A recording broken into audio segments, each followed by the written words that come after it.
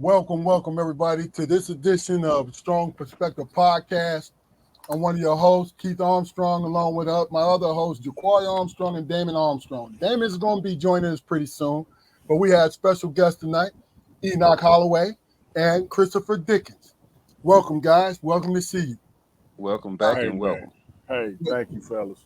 Pleasure. Yes, sir. Pleasure. Yes, sir. A pleasure to have you with us, man. Just we're starting a little early tonight because Mr. Dickens has some obvious things he needs to do, and we don't get in the way of that. Right. We don't get marital duties. Yes, sir. Yes, sir. So I wanted him to get at least a 3/4 of the impact of what we're doing and how we are, and I want him to be able to voice his opinion and do what he does. Facts. First of all, let me start this. House cleaning. Strong Perspective Podcast. Go to our YouTube channel. Like, share, and subscribe to the channel. We appreciate it because we're trying to look. We low key. We this is a nice little situation we got. So it's about conversation. It's about promoting the real conversation with people. Not saying everything else is fake, but sometimes if you get too much of something and not balance it out, then you get a lot of anxiety going on. Okay, Facts. Tonight's subject is violence in our community. We want to chop it up a little bit about it, and then just to get everybody's opinion of what's going on. And also I'm going to forego my segment until Chris leaves, and then we're going to go from there. Jaquari, how you doing today, brother? I'm good, man. I'm good. I'm leaning towards the middle. Oh, there he is, my man. My dudes, what's going on, fellas? Yeah. What up? Our brother on Hey. What the hell is that? Is that your fan, my guy? If it is, It you're sounds going to like have to sweat. it sounds like a machine gun. What's going on, Damon? How you doing? I'm good, man. You know what I'm saying? Okay. I had to make sure I ain't have no technical difficulties. Technical and all difficulties. that. Yeah, no doubt. That's right. Okay, Jaquari, you caught us just in time, Damon. How you doing today, Jaquari? I'm good, man. Everything seems to be in order. If I could get it out. Technical difficulties. I've been drinking, so I'm probably gonna be stuttering, y'all. Yeah, listen, don't let them know, man. Just let them know that it's artistic. It's artistic license. I celebrate my flaws, brother. I'm an actor. Would you fuck off, Keith?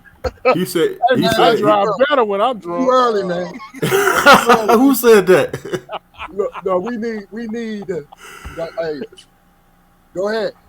We don't need all that cursing. We need a couple more minutes out of you, brother. He said I'm embracing my flaws, bro. You're absolutely right, Keith. You're absolutely right. Damon, how you doing today? I'm all right, man. You know what, man? My granddaughter walked up to me, man, and she grabbed my hand and shook my hand and said, "Pleased to meet you." Okay. Wow. And I said, what was that about? I'm gonna tell you, she just turned 2. I said, "Pleased to meet you. What's your name?" Ezra Ray. Okay. I said, "What's my name?" She said, "Grandma." I said, "Hold the fuck up." Hey, man, give me one more minute, my guy. One more minute, man. Look, it's not bad. It's not bad so far, but when y'all get comfortable, y'all let the French just fly out. Keith, excuse me. We ain't on yet. Keith, you did it 2 we shows are. ago. Yeah, we live. We started early, dog. Oh, we live? Yeah, Chris. Oh my God, man. No, you fine? Yeah. You good? Yeah, Chris. Wow. Chris has to leave at 8:00, so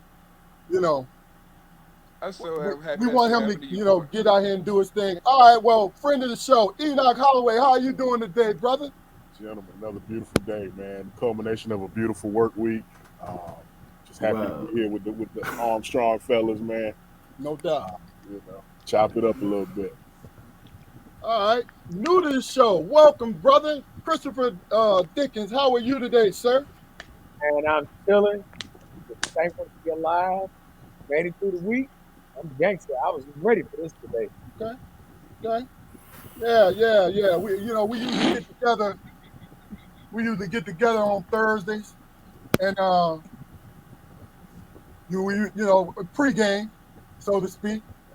And we just chop it up. And Chris, I tell you what we're going to do. Since you got to leave early, we're going to cover we're going to cover the one little note that I sent you that you Right. wanted to address. Right. And I'm trying to think which one was it. Which It one? was a bunch of them. What was the first one? Because that was the one. The first one, what we talking about this gun violence in our community. That concerns me on two fronts. One front is I'm a gun owner.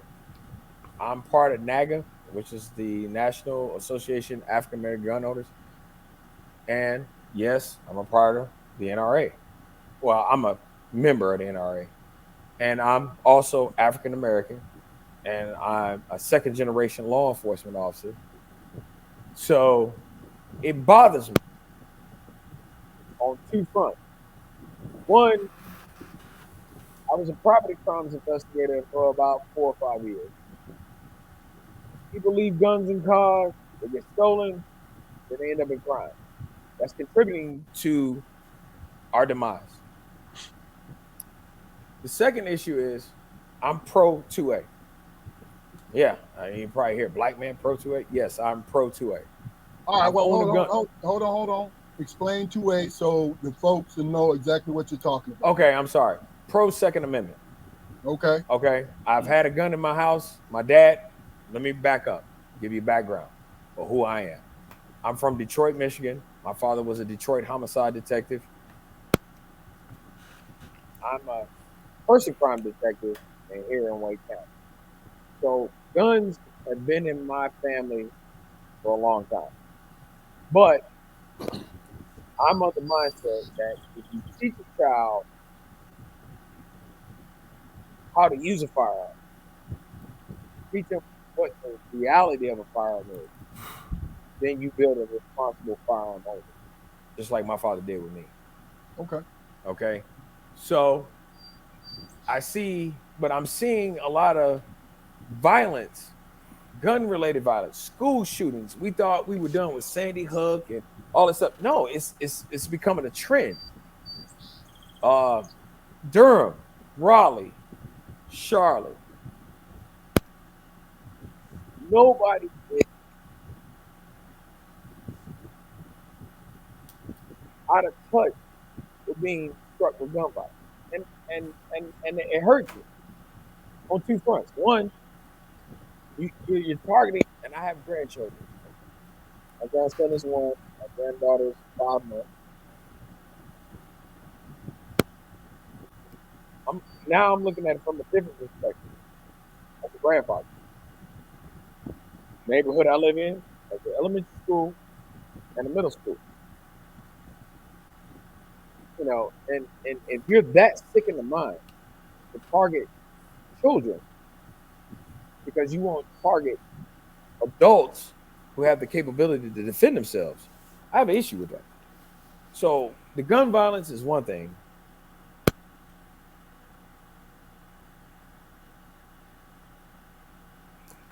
Seeing that I'm still active duty, I'm looking at a lot of our young brothers in jail for murder. And that bothers me. And like I said, I'm on the inside. You Enoch, Holloway, John, we don't work together. Y'all out of the game. I'm still in. So I'm bladed, but I lean towards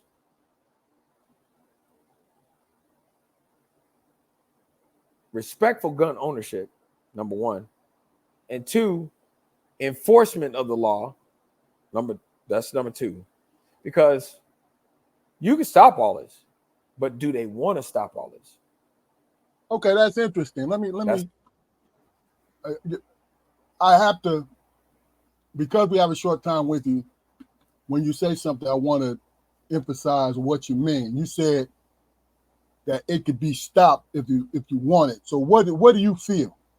Well, What is number your one, opinion? what I'm saying is, if you got a case of homicide, okay, clear cut, you've done all your investigative portions. You got your suspect. Let's prosecute him. But they want to play with him. Hey, if you need to bring the federal government in, like they did in Durham, and they're starting to do here in Raleigh, let's do it. Let's send that message. Like, hey, you pull the trigger on somebody, and you got other variables in play, you're going to federal prison. Let's stop playing with these guys. If we stop playing with them, and I ain't talking about just African Americans, whites, blacks, Hispanics, whatever, because I've seen it from all aspects. Let's start prosecuting them federally and sticking that real time to them. Okay. Then once you get the feds in and start handing out real time,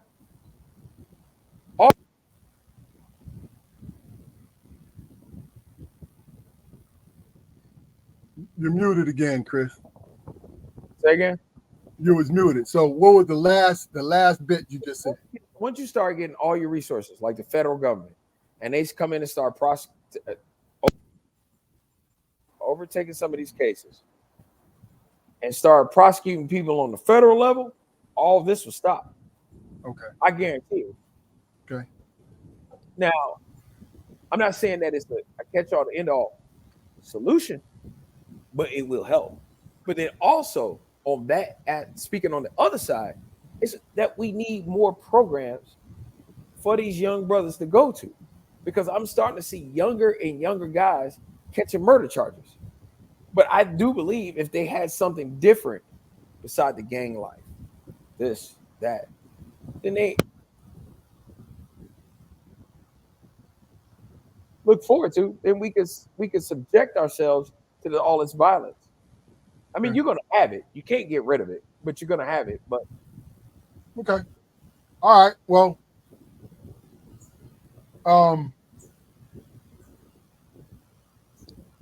Enoch. Yes, sir. I saw you processing it. Is there anything that you can add, or is there anything that you want to comment on what Chris said? Sure. I mean, he made the comment that as it was a shock, or it could be a shock to some people, that he's pro 2A as an African American, and it shouldn't be a shock. I mean, we have the same rights as everyone else has. It should not be a shock at all that there's a black man who's in the NRA. That should not be a shock at all. Again, we are privy to the same rights that everyone else is privy to. Facts. Without a shadow of a doubt. So I mean that shouldn't be any type of a shock to anyone. Shouldn't be. But but the NRA has proven themselves time and time again where they stand in regards to our communities. well, hold on, Enoch. If you go back further, Let me finish. Okay, go ahead. All right, hold on, Chris. You will get your opportunity. My bad. Don't cut anybody off, man, because this is a conversational show. You feel me? Gotcha. We're gonna give it to you now. You're gonna look. You're gonna gorge on being able to respond. Go ahead, Enoch. They've proven, just through their political influence, that our community isn't at the forefront of what they stand for. But still,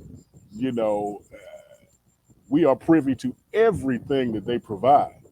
We're privy to every service that they offer, and we should take advantage of it. And we should be a voice in the NRA to somehow, not turn them to a left-leaning organization, anything like that, but please put some more resources into our communities. Hey, there are several community organizations that champion sports. There are community organizations that champion the sciences. Why can't the NRA come into our communities and champion safe pistol handling, shooting, all that good stuff? I mean, there's a place for everything. Right. It is. So also, yeah, go ahead. Then I'm going to. Also, I want to point out that I'm not only affiliated, a light member of them, but also a part of the National Association of African American Gun Owners. Yeah, you said that. Which, yes, like the black version of the NRA, which does all of what you say they do. I joined last October after I got married. I joined last October. A prominent judge here in Wake County that I'm close to encouraged me. I haven't been to a meeting yet because of my work schedule and the lack of manpower. But what I've read online, the founder, what they do for the African American community leads me to lean more towards that. But I want America to understand that you don't have to be white to own a gun. Absolutely. I've been owning guns since I was 18. Legal age to own a firearm. Yeah. And my wife has a gun. I have guns. I'm an avid hunter. I belong to a club in Franklin County, which has several members of our y'all's former department in it. I'm of the shooting sports. I've competed in 3 gun competitions, IDPA. I've even worked at a gun store for 9 years, part-time. So, go ahead. Chris, here's what we're in the South, right? And Enoch can attest to this. There are a lot of black gun owners in the South because they hunt. Right. They grow up hunting. You and I and my brothers, we were in the North. Our family's from the South. We know about hunting. We might have went on a fishing or hunting trip, right? But it's more like a vacation more than occupation. Out of necessity. A necessity. or simply a way of life. Yeah. So I think you both are in the same realm of understanding, because let me just say this, and then Damon, I want your opinion about it. Just to let everybody know, Jaquari, his area is experiencing power outage, so he said he's gonna be on as quick as he can. Oh, okay. But my personal problem, and it's not a problem, it's just a personal observation with the NRA. I've never had a problem with it. But see, what the NRA does, and I think it's to keep its members, is to treat it like it's a private club. And I think that turns people off. You guys, let me explain what I mean by a private club. Where you have, when Charleston Heston and Clint Eastwood were in the forefront in their older days. Right. You know, promote, because they needed the money. From my cold dead hands. Yes. See, they needed actors to do that, to galvanize. You propaganda. And like I said, they may not. Sometimes you do and say things you don't realize what you're doing. You know, because you got to think about it. I'm old enough to know when there was a slump in the NRA ranks. People were not joining, right? And then the spin doctors brought it to, the forefront, because I've been in law enforcement for 30 years, so I'm familiar with it, and was a member in my early days.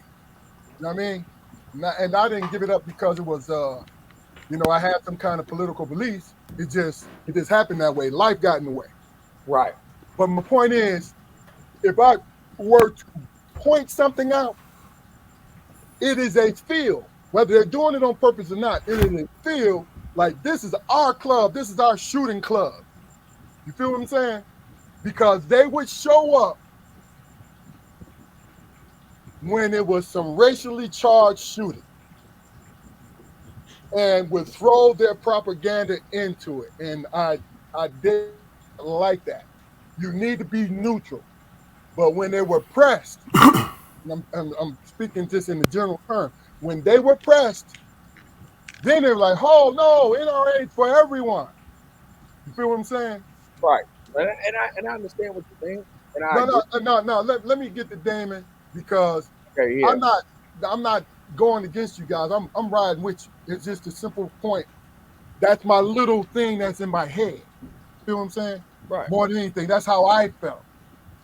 And I've not been wrong. I ain't been right the whole time. But Damon, you have anything to say? Welcome back, Jaquari. My point is this, man. When you look at it culturally, man, most of the people from up north or whatever came from the south, through heritage or whatever. You know what I'm saying? Right. Gun culture was a part of life. You know what I'm saying? If you look at the NRA as a institution, you know what I'm saying, in its righteous and justice form, man, you'll understand that everybody agrees with it. It's when they became political, man. It's when the ball got dropped. Yep. See what I'm saying? I agree. I And agree then with that. and then it became tribal. You know what I'm saying? So, can you ask a black man, what do you think about guns, and make it a part of what's happening, in terms of criminality? They're gonna be like, okay, where you going with this? You know what I'm saying? But if you ask them personally, what it means to them culturally, they got a whole story behind that. Right. In this lineage. I get it. You know what I'm saying? So when we talk about the NRA, it's their own fault because they became political, man. It's their own fault. That's a good point. So when Good. so politically, as we go back and forth, they could have their statistics over here and say, well, you know what? Guns are a problem because these people say it is, or whatever. You know what I'm saying? As opposed to, if you ask a normal person who believes in the Constitution and their rights, you ask them, well, what do guns mean to you? Man, I hunt with them. I target shoot with them. I do all these different things. I just like it because of this reason, and it's traditional. You know what I'm saying? Nobody went against the NRA until they made it political. And you're right, Damon. And you're absolutely right. Because my dad is a Detroit police officer. He was an investigator with the Detroit Police Department. He took me shooting. I enjoyed it. Right. That was one aspect of life, that and fishing, that I enjoyed.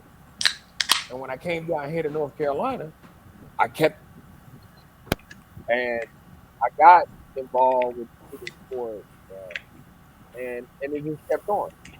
And hopefully, when my grandson gets to age, I can take him, Okay. and teach him the right way. Because my belief is, if you expose a child to what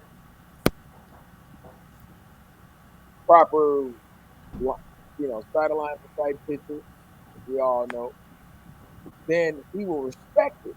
To say, okay, Grandpa told me this, so I'm, in anger, and that's how. And until I got in law enforcement, firearm is just another tool. It's a tool to the highest level because you have pride of that to get to that. But luckily, in the 24 years that I've been a cop, I've never had to pull it. I mean, I pulled my firearm, but I've never had to use it, and thank God for that. All right, quick, Chris. Look, for your first time, we don't have too much longer, so we're gonna go to another question. And Go ahead. I'm gonna have you go last because you're eager and informational. That's a Right. good thing, man. We need No, that's a Like real I good said, thing. yeah, But we if need you that look, fire. if you only giving me 40 minutes, I gotta be, a little improvisation on shit. everybody else there. This is what we're gonna do. The question I'm asking is this: is the violence in our community because of the economic depravity of it, right? Or is it a natural order of things? So I said depravity, I mean disparity. The natural order of things. Yeah, I mean, there could be depravity in that, man. I'm trying to figure that one out though. I don't want nobody to think I'm trying to be sarcastic when I said the depravity. You know how black folks are. But Well, no, I like disparity better. How does depravity work though, bro? I mean, that's my point. That's my point. It's disparity. I misspoke. Jaquari, it's on you. Yeah, depravity is on you. Yeah, depravity is obscene, man. That's why I think it works. But there's never been a point in any culture's or subculture's history there that there's never been violence. It's always been violence. Violence is always been everyone's number one problem solver. Mm-hmm. Okay. As far as our temperament goes, I don't see why there would be any difference between our temperament and fucking Neanderthal temperament. You know, we get angry and we crash things. We get slighted and we want to do harm to people for small offenses. You know, I think you can never really protect, or take away all the dangers from the world. You know, so as far as our kids, our grandkids, or whatever, we have to, as Chris said, we have to teach them to properly respect those things. You know, and understand, to pay attention to that spider sense when something dangerous is about to happen. You know, but we've always lived, within warring societies. You know, I mean, look at our historical heroes. The archetypes. The samurais, cowboys, the Vikings, Zulu warriors. I mean, outside of the University of Timbuktu and the Greeks, at what other time has education and elevation ever been like really emphasized as a trait, as a favorable trait? It hasn't been. Okay.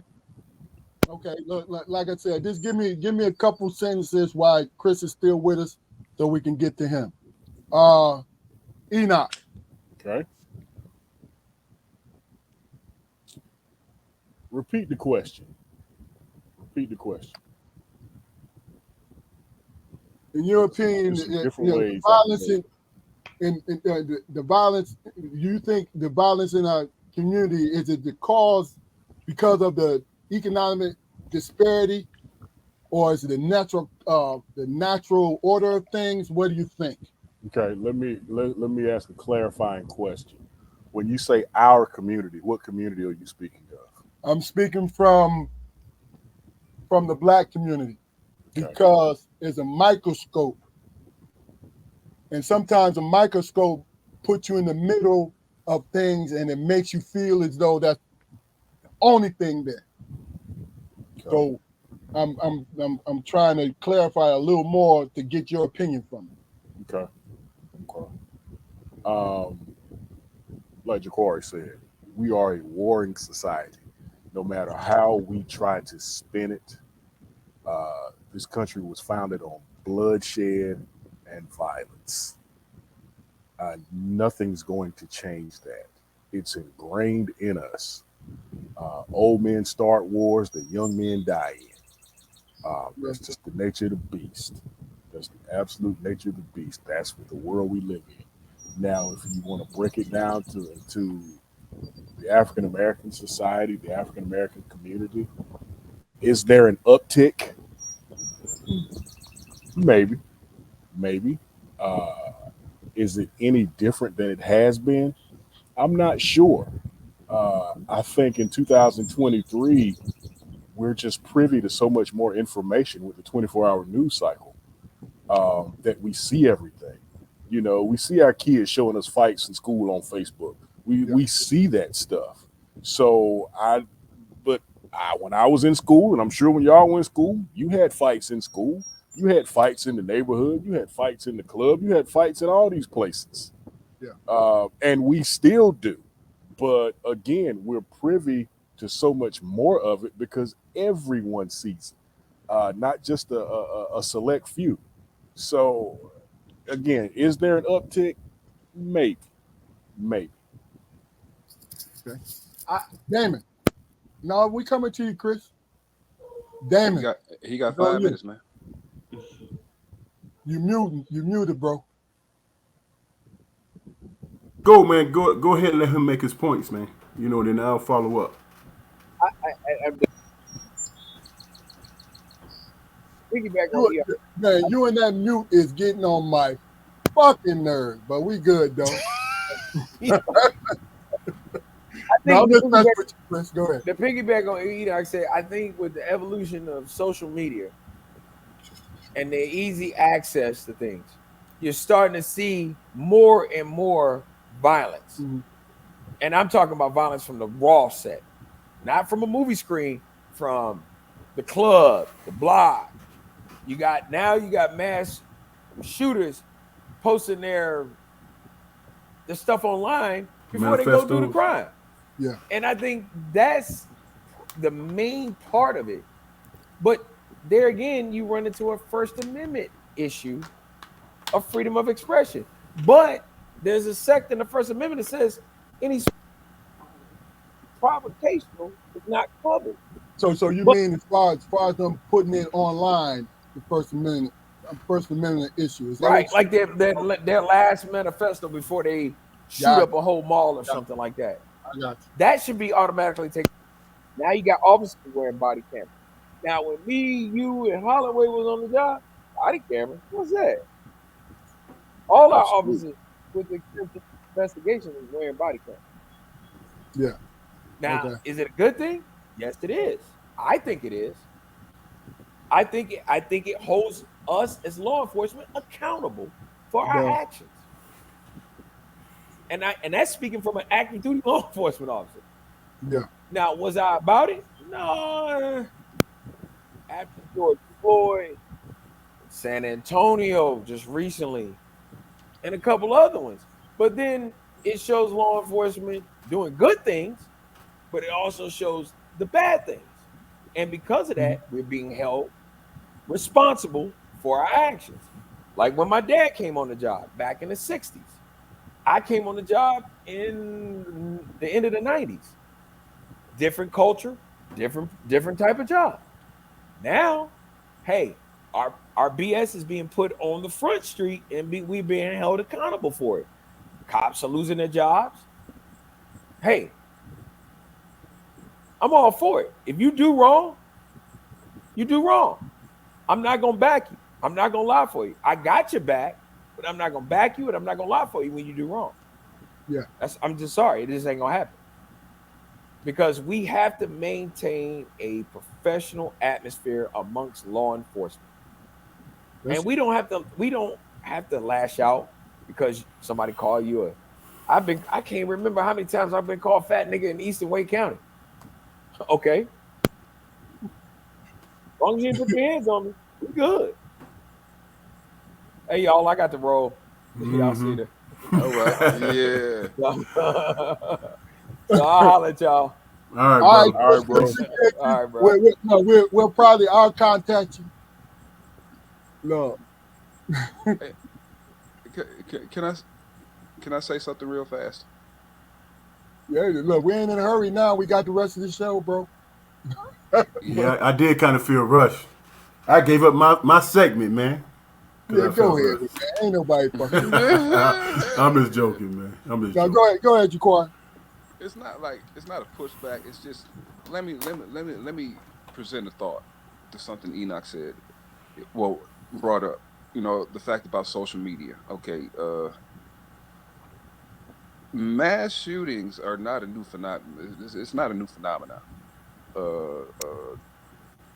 the small acts of school violence and everything that go on, school shootings. They're not small, but those things have always happened. They haven't necessarily always happened in America though. That's why the rest of the world, looks at Americans like, we're spoiled kids because, we do have a system of rights that on paper is supposed to secure certain safeties for us. I mean, I don't know a lot about other countries' constitutions or anything like that, but I mean, who else has got the laundry list of good shit that we got as far as the Constitution? And again, on paper, we supposedly had a right to. Got you. I got you. Damon. My thing is this, man. As I think about my own personal self, my own personal life, man, I find myself living between the gray areas, man.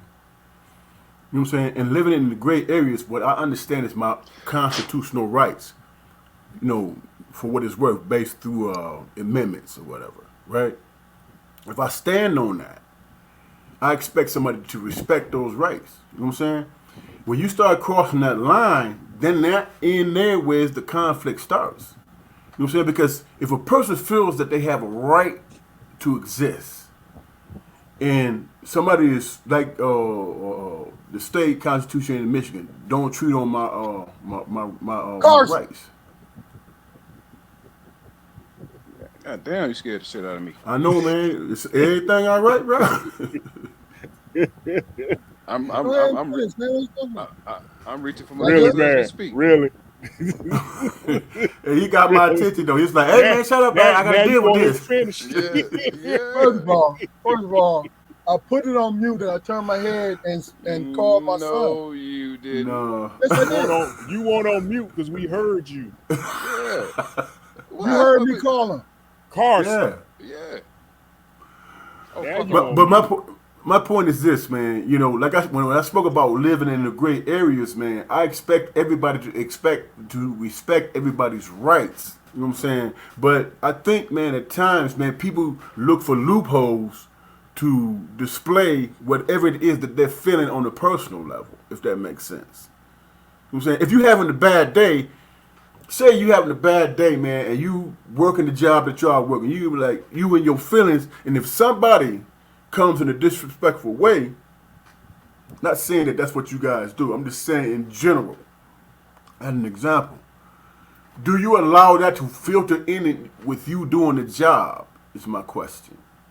You know what I'm saying? Because we are all innate, we are innate human being people, we are affected by our environment. And that crosses all boards, man. That crosses all fields. That crosses everything. So if you feeling a certain type of way, and you're doing a certain job, that you could be somebody that's working at a store. You know what I'm saying? And somebody comes up, and you just don't like their look, or they remind you of something, and then you all of a sudden, step to them in the way that they feel disrespected. And they say, "Whoa, hold on, man. What about my? Hold on. I don't appreciate your tone." You know what I'm saying? Where do you bring yourself back, understanding the job that you're doing, and say, you know what? I'm not going to engage with this person because they're being hyperbolic or they're being whatever, and it's going to escalate. I'm in my feelings. Obviously, they're in theirs. So where's it going to lead? So, I mean, me personally, you know what I'm saying? I have to, I don't understand what you guys did, in terms of your job in that type of situation. You know what I'm saying? How do you maintain your credibility on the job and also respect rights when it's combative? It's a temperament. It really is. I'll tell you what. I'll answer this. To be perfectly honest with you, man, I was talking to somebody today about this. To be able to be on both sides of the coin is important thing for you in the sense that I was in law enforcement for 30 years. And not to like diminish it, but not really wanting to be in law enforcement, wanted to do other things. You know what I mean? But as long as I was there, because of the kind of person I am and the character that I think I have, I did my job because I understood what I went through prior to putting on the uniform. So here's the thing. People make mistakes. We're human beings, so it has nothing to do with that. But when you're in a position to do the very best you can to go home, because that was always my goal. I walk out the door so I can walk back into my door. People Keith, are like, well, that might. let me ask you this, Keith. Let me ask you this. Okay. And I think, let me know how you feel about this. I don't think there were lots of situations that we got into. Well, let me rephrase that. Because of our physical stature, when we walked into a situation, it was pretty much handled right then and right there. Yeah, it depends on this. Yeah, I agree. And but also with that being the case, even if a situation like that were to go left, rarely were we in a situation that even if it did go left, we couldn't physically dominate that situation. That's real. So I think, and I don't mean, I'm not trying to speak for you, put words in your mouth, but I think for us, we saw it in a different light. A lot of the things that I'm saying, the weaker looking colleagues we may have had. I'm not saying they were weak; they just didn't possess that physical stature. They had more problems. Right, they had more problems than you and I had. They did. You know, look, with Enoch's booming voice. Hey, sit down. Got the John Henry voice. But yeah, exactly. And you know what it is, man? I think, and this is a question for the group.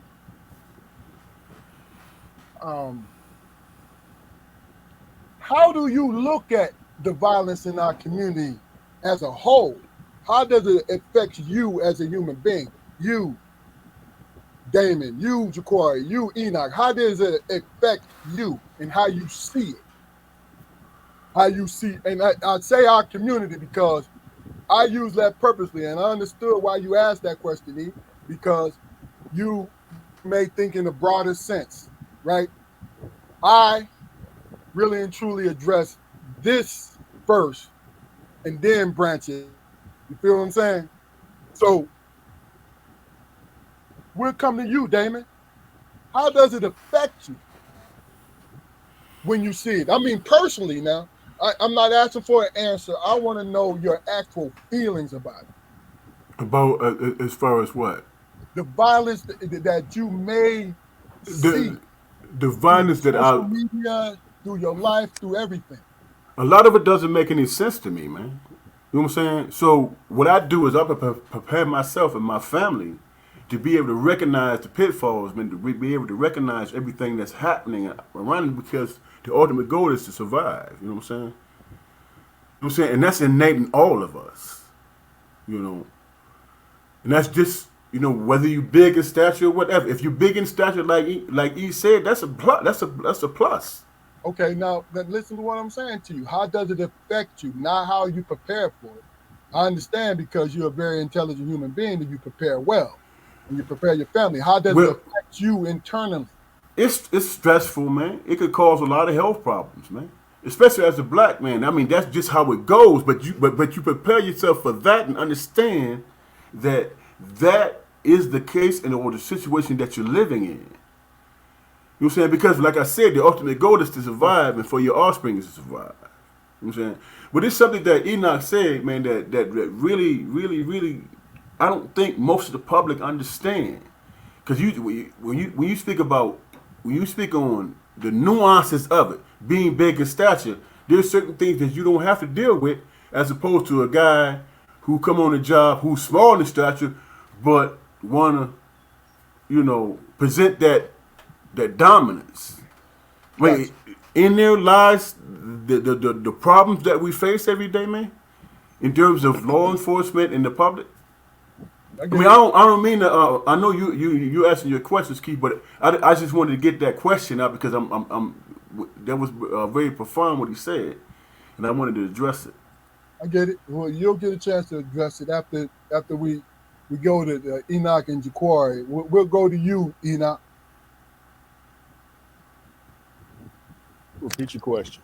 Let me get my. How does the violence that you see? I mean, understanding in the past you had to learn how to adapt as who you are right now. How does it affect you personally? like When like like Damon said. I mean, as a black man, um, it can be stressful.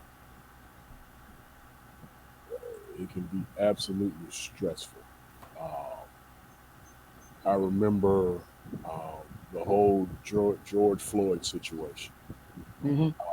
and when Hmm. they found the officer Derek Chauvin guilty, I was sitting in my kitchen, but damn it, I started crying. I really did. Tears came to my eyes because, in some way, shape, or form, George Floyd and his family got some sort of justice, and I Yeah. didn't think it was going to happen. I didn't think it was going to happen. Hmm. And I literally, I was washing dishes, looking at my TV, and when they found him guilty, tears came to my eyes. And I don't know if those were tears of joy or relief or just sadness because of the whole situation and the tone of the culture that we live in. I don't know. To this day, I don't know. But when they found him guilty, tears came to my eyes because I never expected it to happen. Hmm. Never, never, never.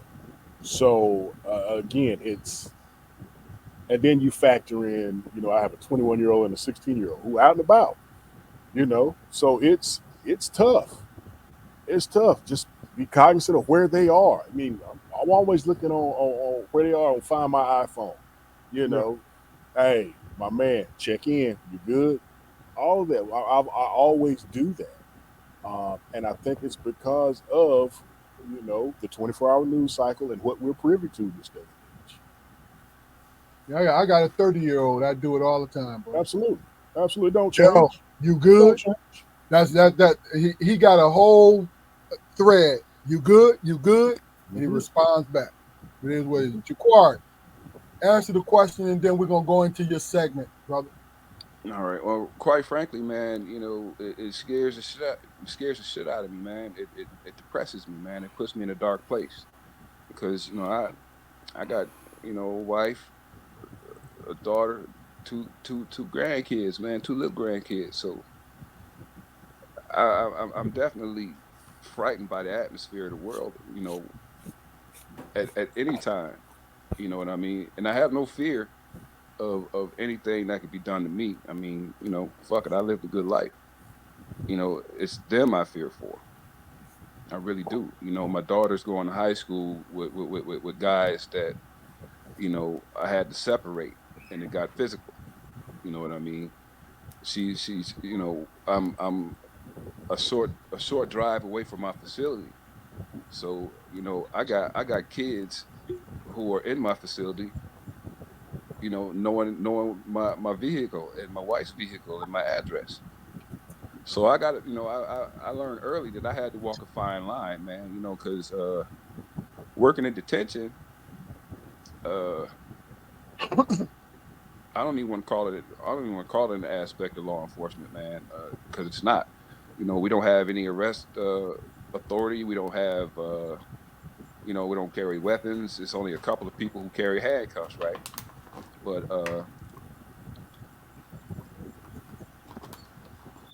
I don't know if there was ever an occasion where, you guys had to hook up with a person and then come in the next morning and feed that person.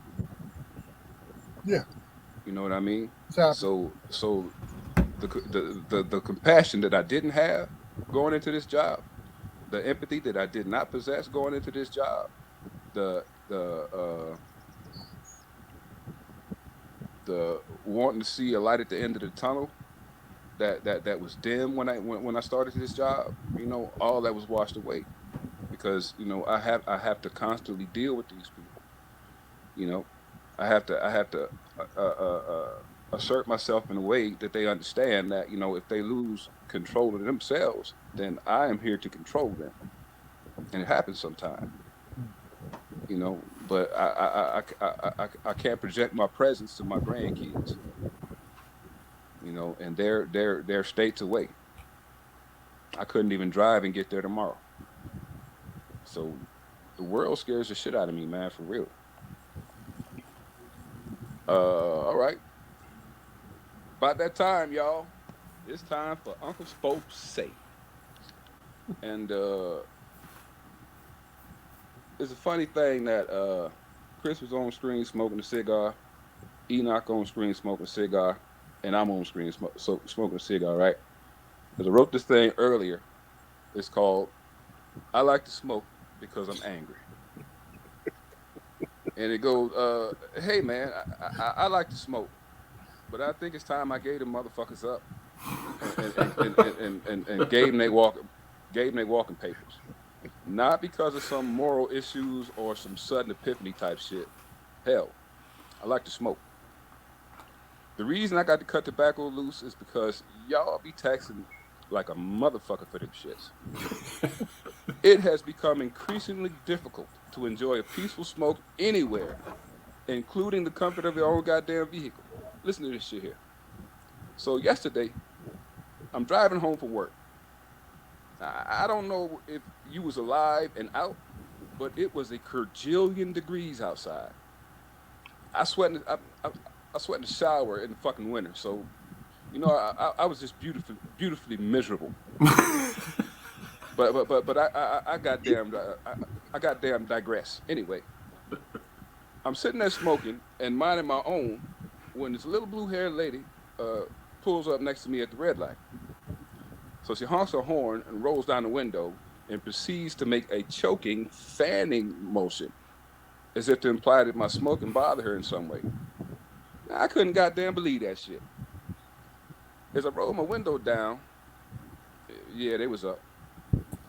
I told y'all it was a bajillion degrees outside, so I got the air on. But I'm a smoker because I like to smoke. Where did I go? Anyway, the sucker went down 2 seconds before I looked her dead in the eyes and said, "I sure do thank you, Miss Lady. I'm just a stupid old me. Why, I don't know what makes me so, damn, I'm sorry. I don't know how I makes it home alive sometimes. That's powerful side, man. Hey, man, little old blue-haired ladies in the great state of Virginia, they pop motherfuckers every day. Not just big black men. They pop everybody, Jack. Hey, look, you got to tread lightly around the motherfuckers. Very lightly. Nah, I'm just fucking with y'all. I gave her the finger like a motherfucker. I ain't done that shit in years. Honestly, it felt kind of good, man. You rotten bitch. You should have seen how fast that window got up, man. And she was flicking the goddamn locks up and down and shit. It was an old goddamn. I think it was a deuce and a quarter and shit. Goddamn. 3-ton goddamn monstrosity from 1970 goddamn 3. You didn't have the sound effect. Oh, yeah. She was terrified. It tickled the shit out of me, man.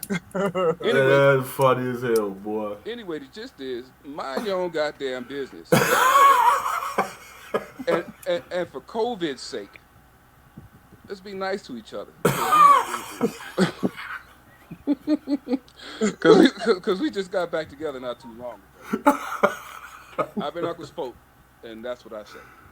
That's real. Damn, bro. Now, that was hilarious, man. For real. All right. Well,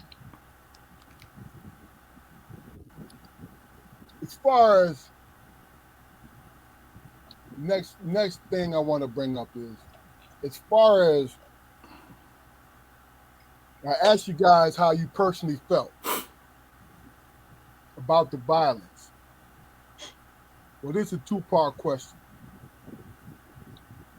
Do you think you're more affected because, and Enoch, I think you alluded to this earlier, either you or Chris, that you get more information now than you did before? Is it because you get the information that you get that you're affected that way? Or is it that you really feel there is an increase as you got older? Damon, we'll go to you first. As far as the increase, they may well be. You know what I'm saying? But that doesn't change my viewpoint, how I see it, man, because I'm only affected by my own personal environment, man. You know what I'm saying? That's where I live and that's where I try to survive at. Okay. See what I'm saying? So I do what I can to share information in terms of having somewhat of a normal life or a normal existence, man. But we all know, man, that shit happens, man, every day. And it just happens to people, innocent people. You know what I'm saying? I just don't get caught up in that, man, and I pray, if you believe in a higher power, you pray and say, you know, I hope it don't happen to mine, based on your reaction to it and your loss. You know what I'm saying? Because, you know, if something happened to somebody that you love, there's going to be two losses involved if you're the type of man I am. You know what I'm saying? And that affects your family on that way. So in the back of my mind, I have to be cognizant of that, man. You know, and be grateful for those peaceful days, man. Ja'Quari. Yeah, I seriously don't think that there's been an uptick in violence, but I'm severely affected by the way that the access to the images have affected me. You know, I'm not. There's never been a point in my life where, you know, I could access, you know, a doggone MMA fight, or go on YouTube or come on YouTube and you know, research different firearms, you know, because I've been doing that lately. I've been, you know, gun shopping, and any firearm that, you know, I have interest in. You go on YouTube right now and you type it up and it will come up. It will come up. It will come up. Not only like, you know, the specs and everything, but people will show you how to disassemble them, how to clean them, how to, you know, do field maintenance. Now, and all those are very good, you know, very good things to know if you are dealing with firearms. But, you know, the access to that kind of information, they didn't have that 50 years ago. You know, if you came from a gun household, that's the only way you knew how to properly address firearms. But other than that, you know, it was all just, you know, I'm gonna get this gun and shoot it till it run out of bullets. Then I'm gonna get another gun. You know, that's and you know, going back to what Chris was talking about, you know, in regards to the NRA, that's why the NRA never fuck with black people. Because seriously, man, growing up, I didn't know any legal gun owners. Man, look. We ain't know no legal gun owners. First of all, back in our day, Corey, it was easy to get a gun in the state of Michigan. I know it was. You just couldn't carry it in public. It was always had to be in the trunk. But you can purchase a gun at any pawn shop easily. How many cats came out of the military that you know? I'm sorry. I didn't mean to cut you off. Go ahead and finish, Ja'Quari. Yeah, just because you could buy the motherfuckers don't mean you could have them. That's my point. You know, so the NRA, man, didn't see the black community as potential customers. And I acknowledge your point when you said that. Yeah, so I mean, it We makes sense we know because a lot of let me just say this real quick. We were made in our and Ed, here you go. In our community, the black community, we were made to think that we're not supposed to own guns. Mm-hmm. Indirectly or directly, we were made to Dirty little think secret. you are not supposed to own guns. But as soon as a man or a woman goes to purchase the gun, it's filling out the paperwork and you have it. But as a whole, the communication towards us to be a gun owner, other than a shotgun or rifle, because every black man and woman, especially every black man, has owned, I think, a shotgun or a rifle. Because you can buy it in Walmart, you can buy it in Kmart, flashback, Kmart. You can buy it. You feel what I'm saying? Because it's a sportsman tool. So guess what? You had access to it. You know what I'm saying? But with the handgun, you think about it. In the state of Michigan, what was it? I don't know if it changed to open carry now, Damon. You could tell me or not. But the thing, but whenever we was on the court and a fight broke out, somebody said, "Go pop the trunk," because you was not gonna get jammed up if you had your firearm, especially if it was legal. If you had it locked in your trunk. Yep. That's the state of Michigan now. Yep. You feel what I'm saying? So, Enoch, is it on you, or did we get everybody? The question. yeah, we got everybody. Yeah, we led with I Enoch. think we all answered it in some way, shape, or form. Okay. So, I'm just going to change it up a little bit because it's always addressing the violence because that's what this episode is really about. But this is how I'm going to change it up. Do you think, as a community, our future is bleak by what we're being fed? Now, we're going off the basis of what we're being fed in social media, and that's what you're processing. The four of us, we look at news, we read papers, and we have social media. Off of those things, does it make our community look like it's a bleak future for us? And who went first? Who went first the last time? Enoch. All right, Damon, it's on you. I don't think it. If I get caught up in it, man, you know what I'm saying? If I forget myself, then it does look bleak. But I'm 57 years old and I survived it, bro. And my kids are in a good space. I'm focused now on my grandbaby who's full of life. You know what I'm saying? I can't allow my mind to go in that space. You know what I'm saying? Because my only thought process is to make sure that she, my grandbaby, is safe in order for her to experience her life the way she's supposed to. So I can't get caught up in what other people do. What other people do, and it affects me in a negative way, then there's going to be a cost to that, bro. That's how I feel. I'm not going to hesitate to do that. You know, hopefully these clowns understand that and give me, you know what I'm saying, don't treat on my progress or my family. So that's where I'm at with it. Tread, brother, tread. What I say? Treed. Hamburger, cheeseburger, bro. I mean, come on, man. We've been sipping on here. Stop playing, dog.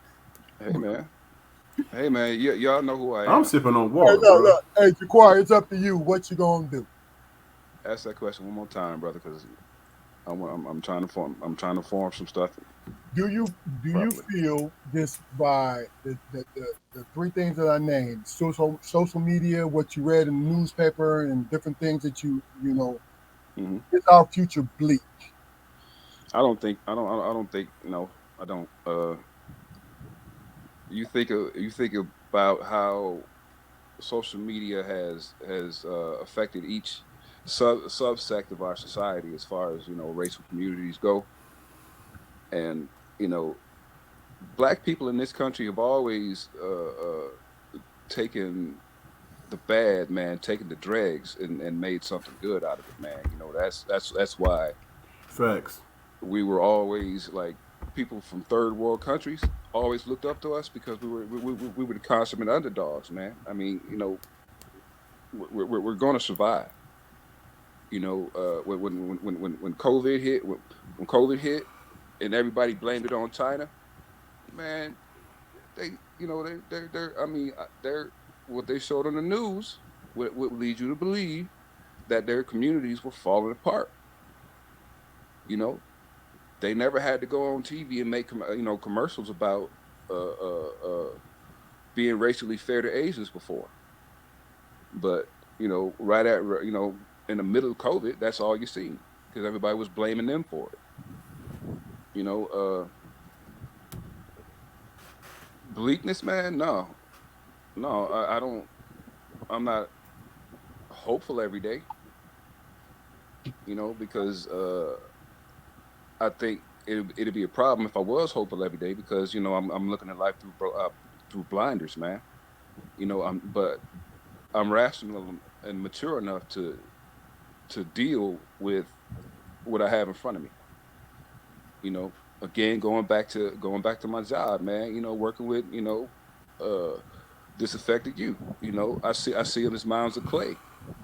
I see them as mounds of clay, man. That people either didn't have the skills to develop and form, or just didn't bother to take the time to. So now it's up to me and the people that I work with to sculpt these young men and women into not only useful sections of society, parts of society, but people who are going to prosper because they don't believe it can happen for them.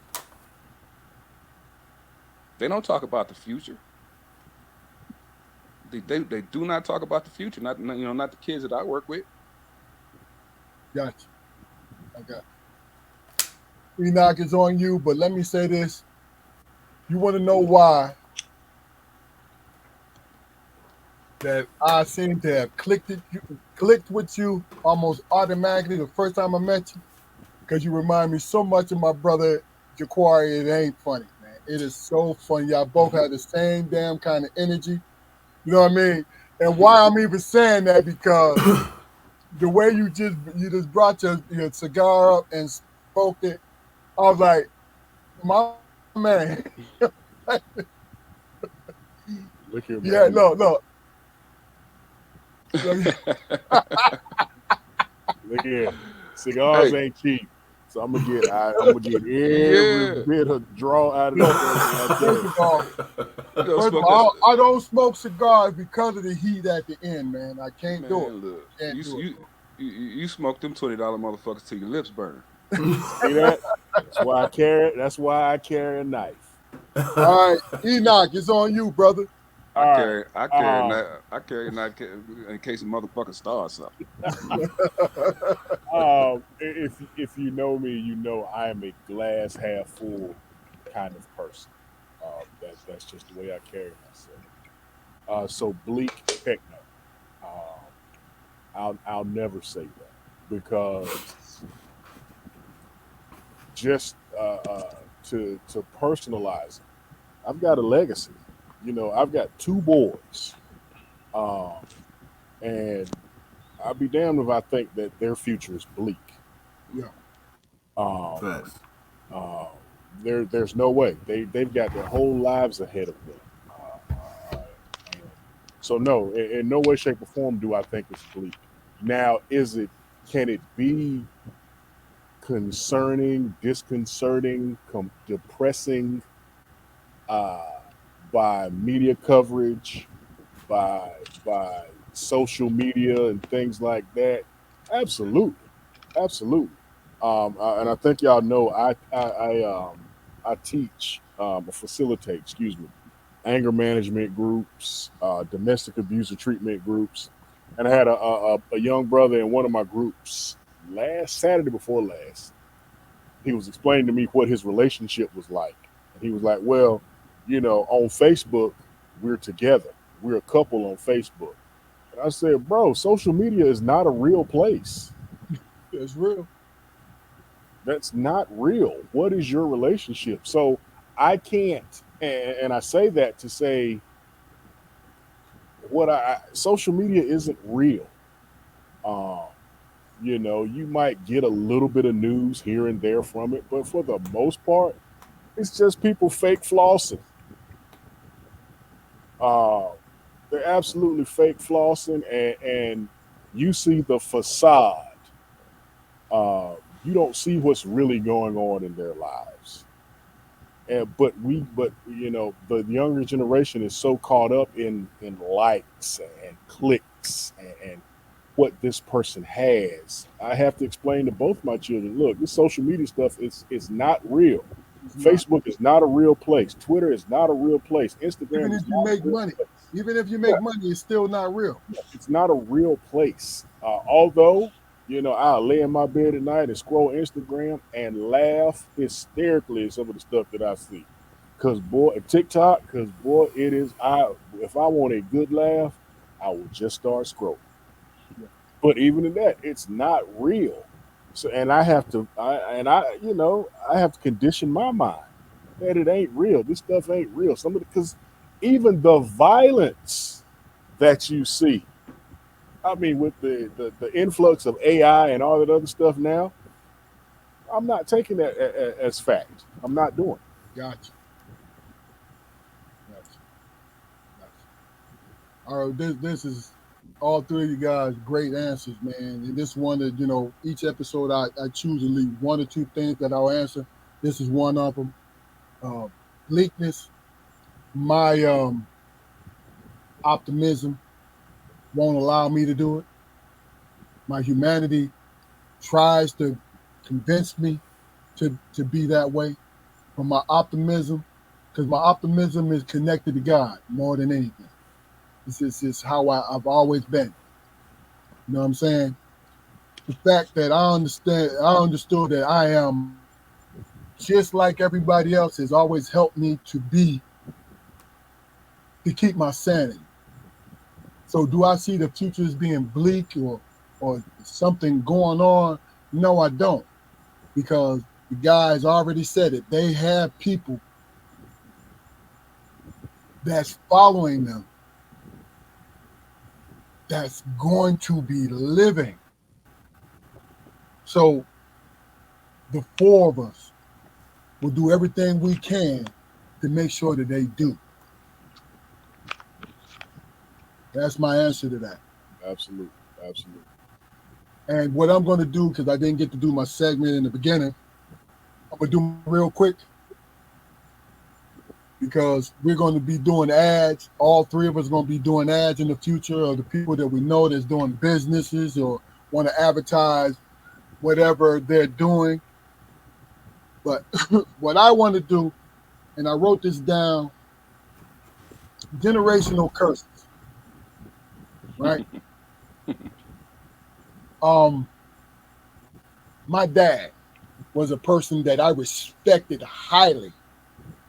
He was the only man, physical man, who would tell me, even though the sky was blue, he would say, Keith, that is a light shade of green.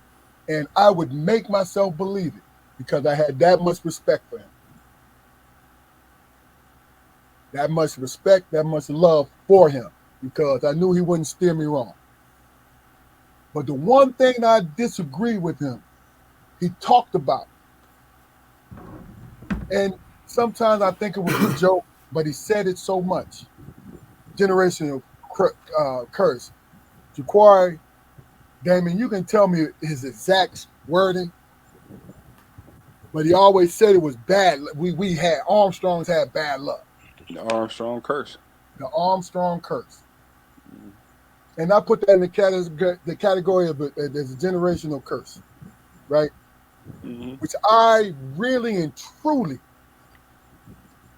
never believed from the beginning. mostly because, and I'm not into, I don't know if it's associated to religious aspect. Damon and Jaquar, you can tell me whether it is or not, but I never believed it because that man and that woman, my mother, sister, John Armstrong, taught me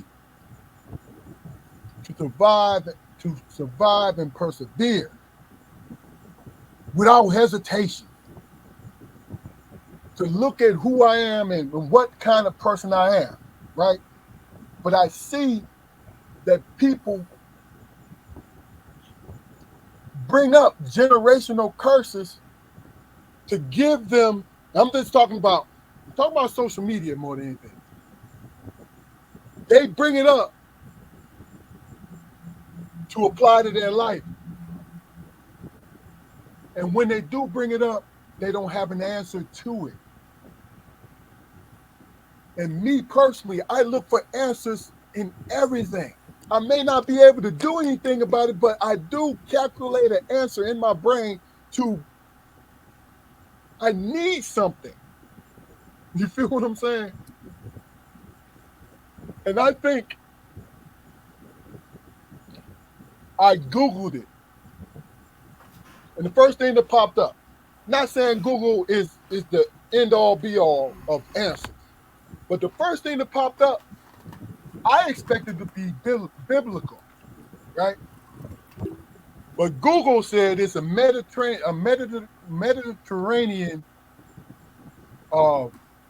ideology. Where's that?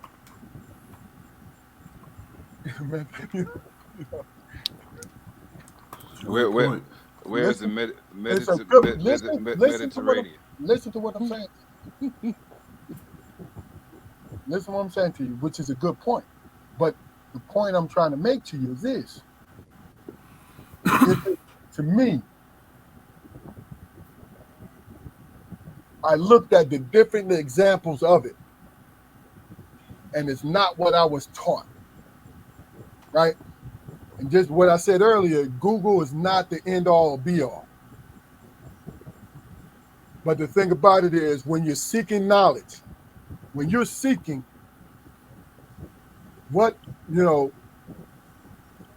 when you're seeking some kind of an understanding, you bring in every resource that you can bring.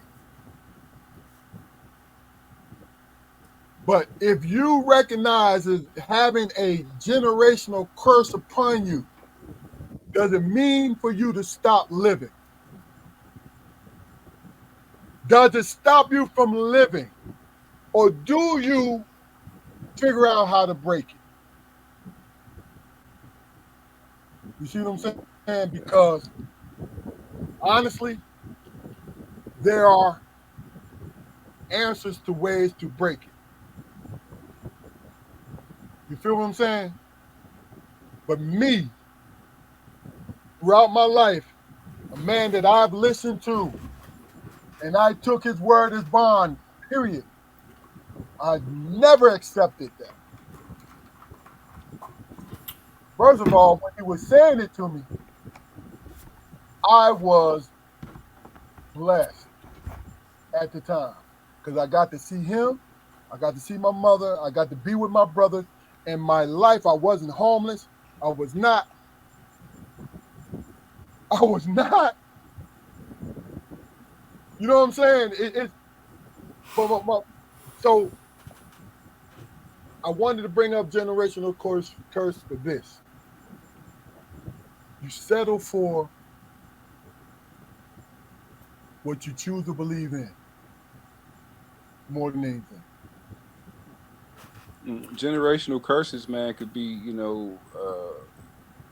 lethargy. They could be procrastination. They could be, one. It chimes into what I'm saying. You might have to settle for it. One of several things, man. It's just those things can unfortunately be taught. You can teach. You can Hold on. you can teach it. Let you chime in. Because this is my segment, I need to finish the quart. I thought you was done, bro. No, You no. pause. You paused like you was done, King. I'm sorry. I'm sorry, sir. I'm That saying you being the talent and you give me so much problems with I'm not finished, sir. I did yeah, not finish, Keith. that's Let my me finish. job. Hold on. It's going Tell me hold to on. hold on, nigga. Oh, do you really? I'm sorry. I'm sorry, but I ain't mean to step on your Yeah. toes, bro. Man, don't you handle me. But this is my point. I I lead my life in optimism. I lead my life in hopefulness. I lead my life in joy. And it may not work out with those three things, but those are the things that I really and truly take in to my body. And I expel the other stuff. Ja'Quari, you have something to say? Shit, I don't even remember it now, bro. I know. Like, yo, Keith, what I really want to do is just fuck with you right now. You see, let me I talk. Let me say something. You know, I rather enjoy it. I rather enjoy it, bro. I know you do. I know you do. All right. So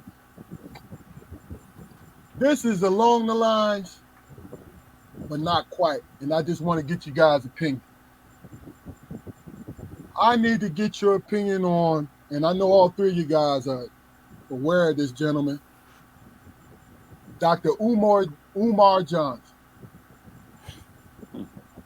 I need to know your opinion about him. I'm with the Pan Africanism, right? I see it and I understand it. What is your opinion about his message? And we'll start with you, Enoch. I'm a Dr. Umar fan, man. I really am. I'm a fan. I'm a fan. Now, I I'm not going to say he's biting off more than he can chew. I'm not going to say that. But what I am going to say is the African American community is devoid of leaders. Uh, LeBron James is not a leader. Shouldn't be a leader in the African American community. He's an entertainer, man. That's what Yeah, he he's is. an entertainer. Jay Z shouldn't be a leader in the African American community. So the African American community is devoid of leaders. So if someone outside of the entertainment uh, sector decides they want to step up, I'm all for it. I'm all for it. And, we go back to social media. Bro, if you follow him on social media, that he has valid points. Um, can he be a tad bit extreme?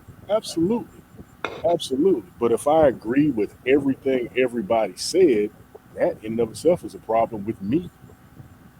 Um, so I don't agree with everything he said, but overall, I am 100%. I am a fan. I'm an absolute fan of Lamar Johnson. Okay. Okay. Damon.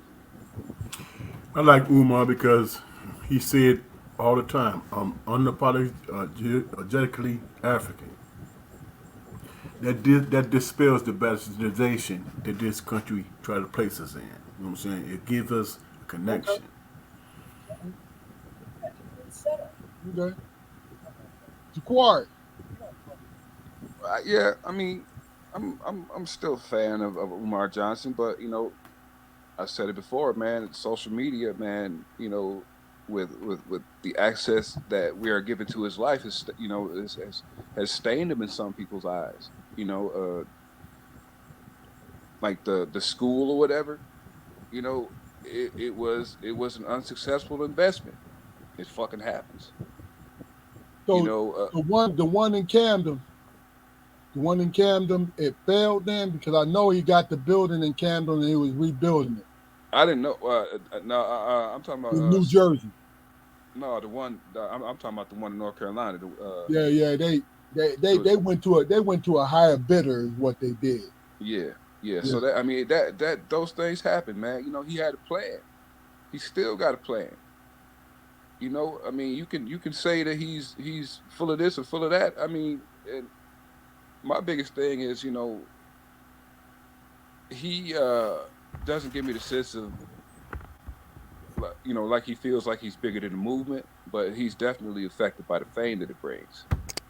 You know what I mean? And I think some of that fame has caused him to make mistakes.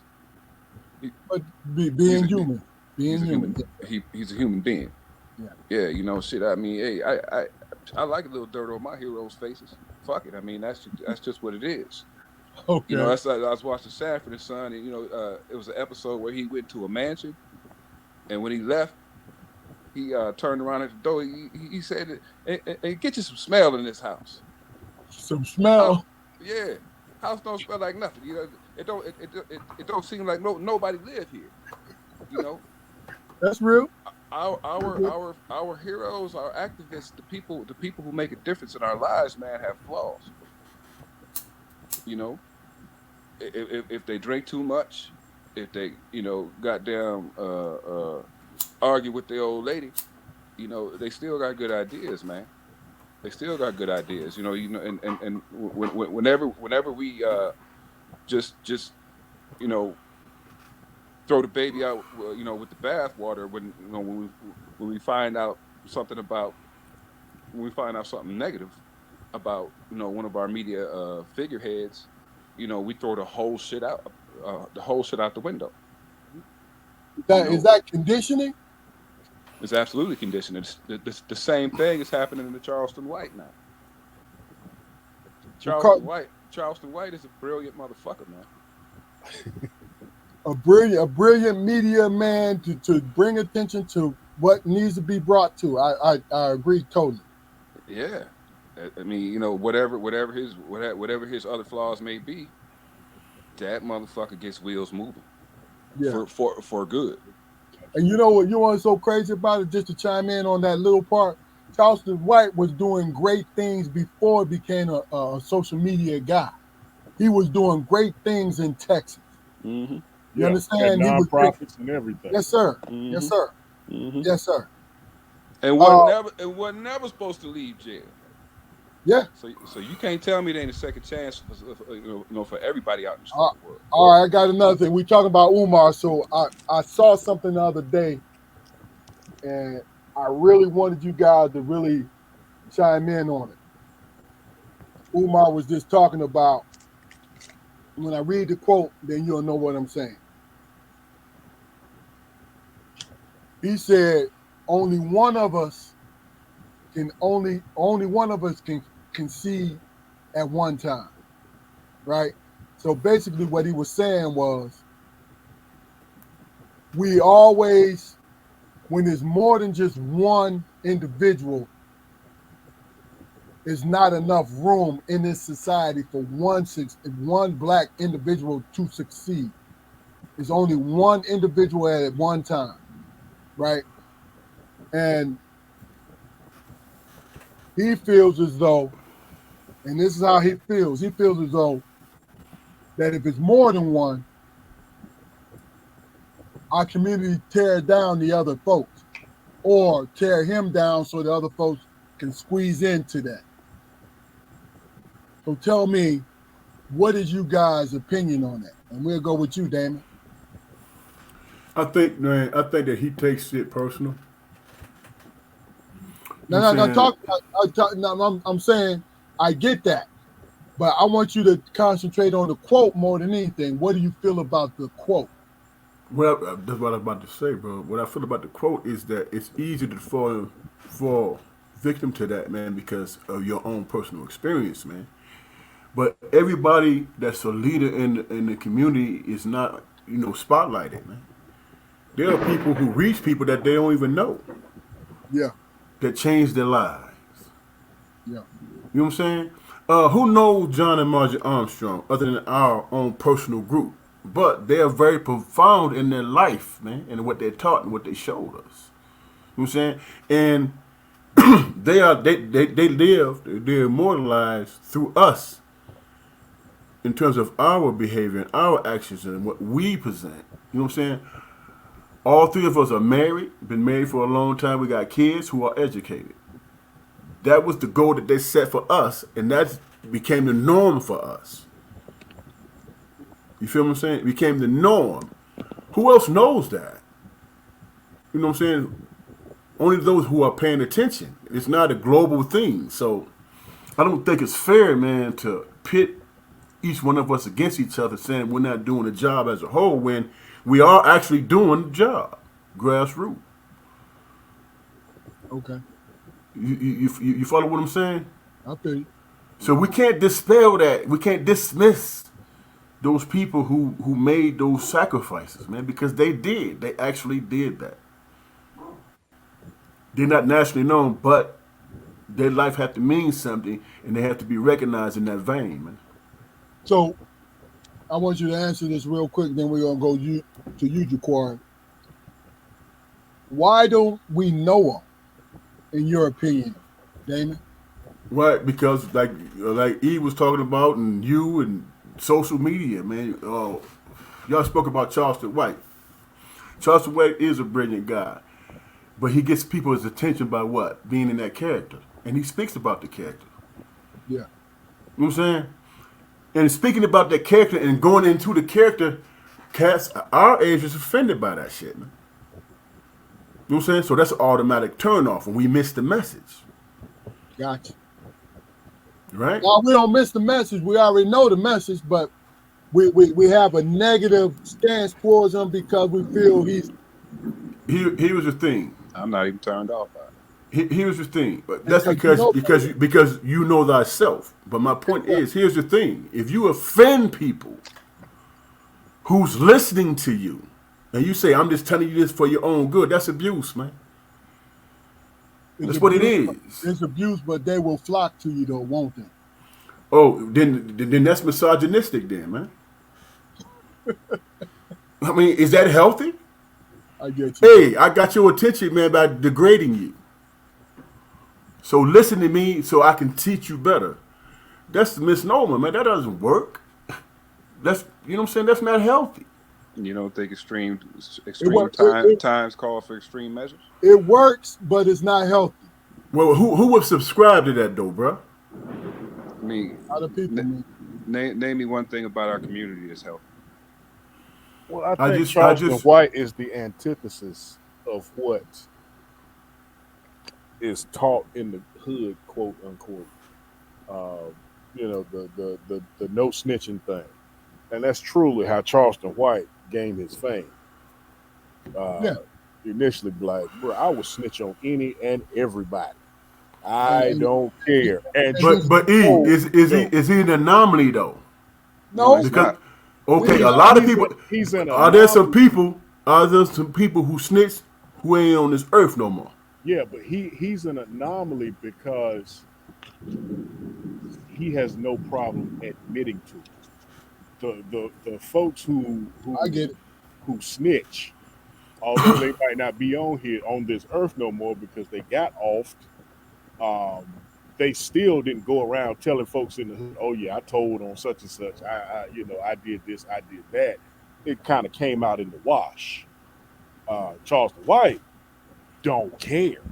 Okay. Yeah, and you know what's so crazy about it is he told on people in the real. It's not like I'm your cohort. No, sir. You came at me, and this is what I'm supposed to do. Mm-hmm. You know what I mean? Charleston White is. Go ahead, Jaquan. It's on you, bro. Charleston White is Dick Gregory, man.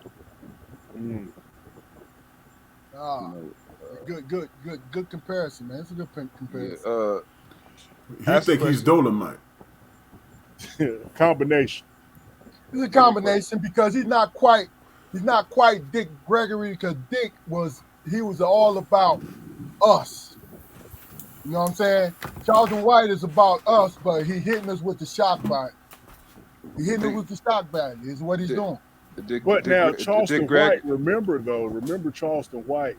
The first time Charleston White got my attention, watching interviews with him about how basically he beat the system when he started suing his employers. Yeah, yeah. For 50 grand here, 100 grand here, for stuff that happens all the time On the job, on slipping the and falling. job. Yes, sexual harassment because he had a coworker that wouldn't stop talking about the chicks he was smashing off and on. It had nothing to do with him, but he went to HR and said that made him feel some type of way, and got an attorney and sued and won because technically it's a violation. Yeah. Go ahead and finish your Quan. I need you to ask me the question one more time, man. I'm sorry, man. My answer just jumped out of my head. Damn. Yeah, and it's all connected to why I was off so long, man. My goddamn power went off in my house because it's thunderstorming and shit, and I just automatically went on save the meat mode and shit. Then it came back on, so I still got Save the meat. Save the meat, the meat. Yeah, shit, yeah. If the meat spoil, you salty as hell, ain't you? Oh man, Oh shit. I buy a big old fat juicy steak just to freeze the motherfucker. One day I'm gonna eat it. You got 15 steaks in the oven. Big ass in the freezer. Right there. Yes, sir. Hey, E. I'm gonna take Yes, the sir. motherfucker to work and give Go ahead and answer, man. Then Jaquar can go ahead and chime in. You remember the question? Repeat the question, man. I ain't 18 no more.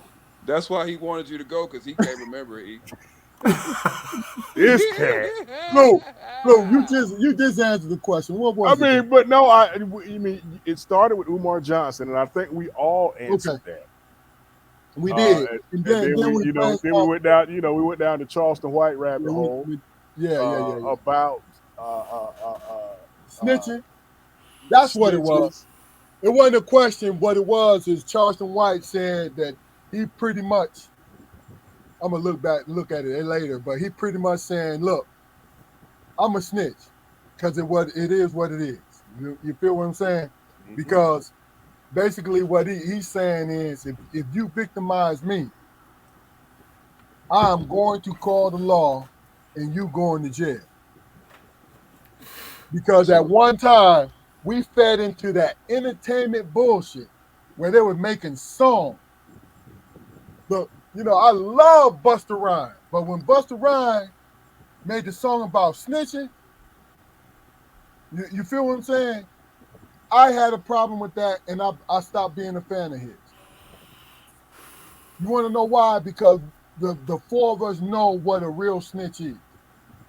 It ain't nobody who's being victimized in you done broke in his house, and he know who you are, and you tell the police, you not snitching. No, that's self-preservation, man. Right. And there's a major difference, man. You got to explain that to these young folks, man. Anybody no, they know. No, they know, but they trying to take the easy way out. But you know what, Keith? You remember the trailer park? You remember the trailer park on Forestville Road? It was a trailer park on Forestville Road, right up the street from where I live right now. It was mostly Hispanic, well, all Hispanic. Yeah. And we would get called out there, and they wouldn't say a word to us. But as soon as we left, they handled the situation. They did.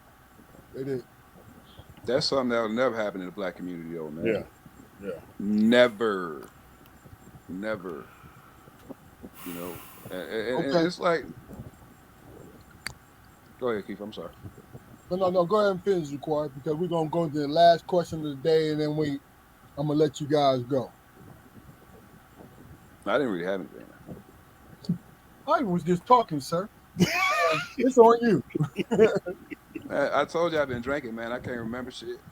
Yeah, you dogpiling now, brother. Come on. No doubt, no doubt. We got you, man. Listen, this is the last question. This is a personal question. Oh shit. Yeah, because, and it's really about who you are as a person. And it ain't deep. It's just a simple question.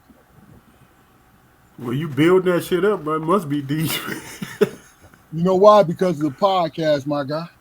You know what I'm saying? Mm. You know, this is what we Let's do. establish some guidelines, bro, before you ask. Look at I'm just talking shit. you. Don't talk about nothing before 1995, motherfucker. Shit, man. Yeah, 'cause I got to work Monday, bro. That's what I'm talking about. Look, I'm really hung up on, and I do what the best I can. It's individually, I do the best that I can. Period. This is an individual when it comes to our community. I keep saying that. I'm not saying it like I'm this big ass, gigantic activist. It's not like that. What I do is take responsibility for the people within my purview. It don't have to be family members, but people within my purview that I speak to every day, right? If it was something that you feel, just pick one thing that will go a long way into solving, not solving it, but a long way into solving the violence in our community. What would you think it would be? And I'm gonna give you guys a chance to think about it by me telling you what I think. What I think personally is people individually have to come together and understand that they might be the root cause of what's going on. Because we get caught up on living our life. You know, you that noisy ass neighbor with the music blasting. You got all your friends over there. Your friends are disrespectful. If you live in a trailer park, you're going to piss around the trailer, or you're going in somebody's backyard if you live in a subdivision, pissing in their backyard. You don't mean no harm, but you're being disrespectful by doing it, right? And your neighbor come to you like, yo, come on, dog. Respect me. That's all I need you to do, right? Or you this youngin', when I say youngin', that's 40 on down for me. You this youngin' who want to express and be the best that they can be. And they don't give a damn about anybody else, because a lot of people are like that. Not just in our community. There's a lot of people like that. And it's my way. They the type that is my way or the highway. You know what I'm saying? When do it get to the point where you humble yourself? That's the only time I think that a human being should humble themselves, is when to prevent an unnecessary violent act. When you humble yourself and to say, yo, you know what? You are right. Let me turn this music down. You are right. Let me talk to my child and put them in place so they don't bully your child. You're right. Let me, whatever comes in place, let me do this so the best outcome will come to pass. When do you get to the point where you, in a clear-headed manner, make the best choice for you and your family?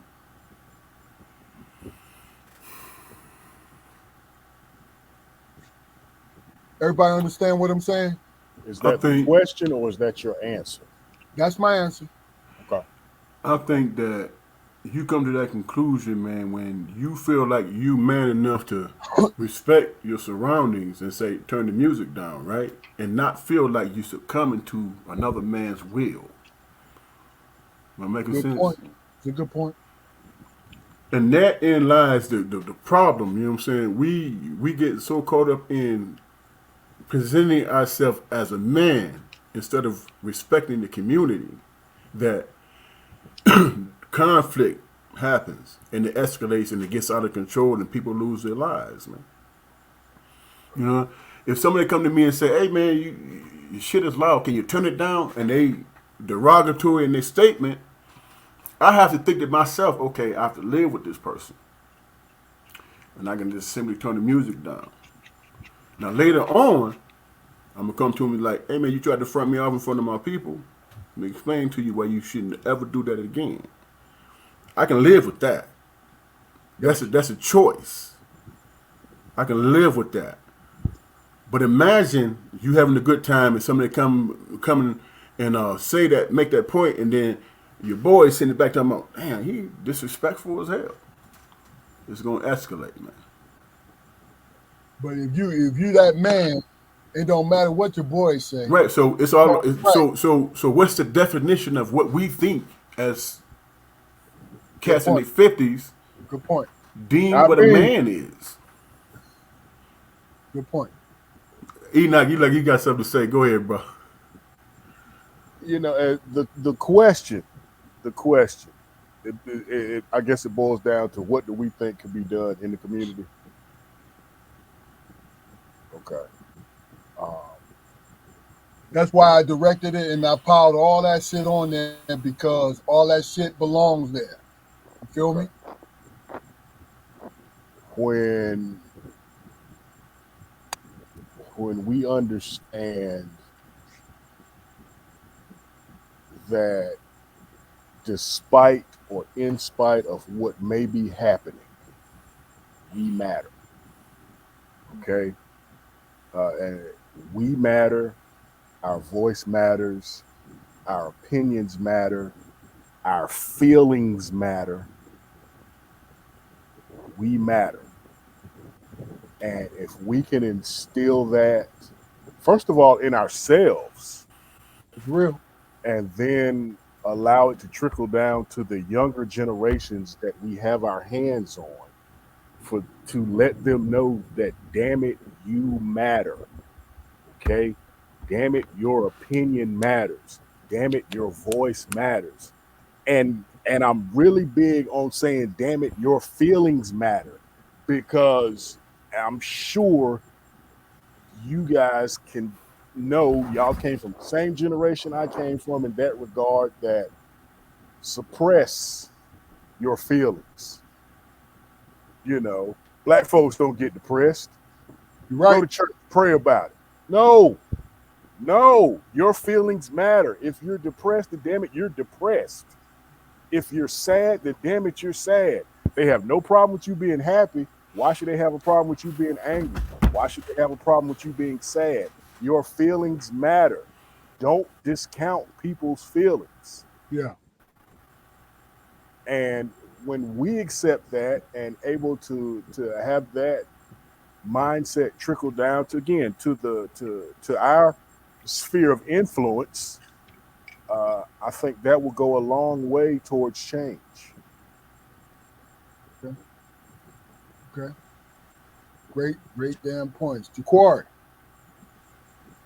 Well, two things actually, man. Number one, I think we need to teach our children, man, that your pride does not outweigh my humanity. You know, I'm I wish I had a fucking horn, man. There you go. For you, Enoch, and for you, Jaquari, I wish I had a horn. But go ahead, Jaquari. and number two, man. I think we should encourage parents and older folks to tell our children about their childhood.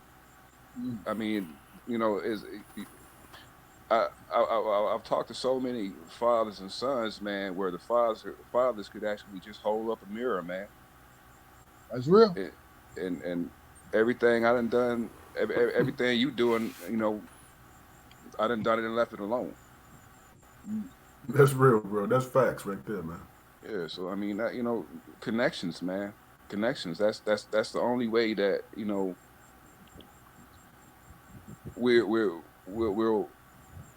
not survive, because we're always going to survive, but that's the only way we're going to thrive, man.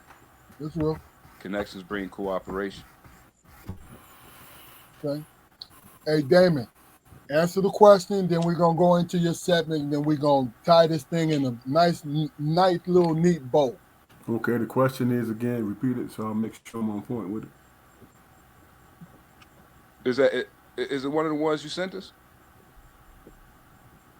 Yeah. Just look on your phone. Because if you think No, about no, it, let me I get started that. the question at first. I Yeah, you answered the kinda question did. first. Yeah. Basically, what it had to do with that because look, the point is I'm not forgetting, but people go in different directions and make great Yeah. points that you kind of. Right. But it It has to was do with it was it one had thing one thing that you would do. that you could do to change it. That's exactly what it was. If And I I was to need answer you to that, write this down from now on, my guy. I am. no, I started the question out first. Then I asked Enoch. Remember? No, look. Yeah. They Yeah. Well, want- if to answer that question, man. It was reference. Then I ended up saying it was on you after we're done. Right. We good? To answer that question, man, I'm going to be honest with myself in how I know how to conduct myself as a 57-year-old man. I can do things by example, man. You know what I'm saying? And that's it. You know what I'm saying? You take a look at my life, and then you are able to choose whether or not I'm genuine in my approach to life. You know what I'm saying? That's the best way I can change anything. I like that. You know what I'm saying? And I hold strong to that, man, because I'm not doing anything outside of myself. I'm living my life and I'm changing. You know what I'm saying? And I'm doing the best I can. People might have their opinions about that, but you know what I'm saying? If it's constructive, then tell me. Let me know. If you stuck on disagreeing, then don't stop my progress in terms of me working my own shit out. You know what I'm saying? Because my own personal shit doesn't affect anybody else other than the people that's close to me. So my dedication and who I am is for them. And then it branches out. So, if I look at the question in terms of how do I change it or how I want to change it, I have no answer to that, man. I only have an answer to how I deal with and approach what I'm facing. You know what I'm saying? And try to be the best man I can. Everybody ain't gonna agree with that. Yeah. But in my own purview and my own circle, what they expect from me is who I have to be and who I have to recognize. Be I be a tyrant or the best father in the world. You feel me? I have to make a choice in my experience, is my point. And based on those choices I make, man, I got to deal with the consequences of it, bro. And in their lives is a way to be better. So your answer is to be better. Be the best I can, man. My purpose. That's real. Well, it's time for your segment. Gonna bring it on home, brother. My segment is this, man. Lately, I've been thinking about,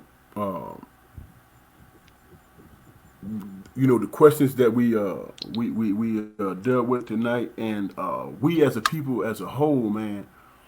And the one thing I could come up with is the fact that, man, the world in general see us as bastardized people because we have no homeland that we can go back to and, you know what I'm saying, whatever. So as children, as stepchildren of bastardized people, everybody has an opinion about us and our behavior.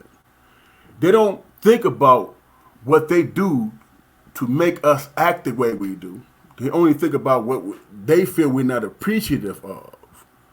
You know what I'm saying? So they go to that, well, you know what I'm saying, y'all feeding off the tit of whatever. They don't give us credit for building this country and overcoming shit. You know, you think about the political talking points. What do they say? Y'all always go back to slavery. That is the most offensive thing anybody could say to me, because I know people who went through segregation, Jim Crow and shit, that's still alive today. Hell, that was my parents and grandparents. You feel what I'm saying? So when you talk about why can't you get over slavery, you an ignorant ass person, and I don't even have to address you because you're not even interested in what's really going on, what's really happening. You're not interested in it because you're going back to slavery.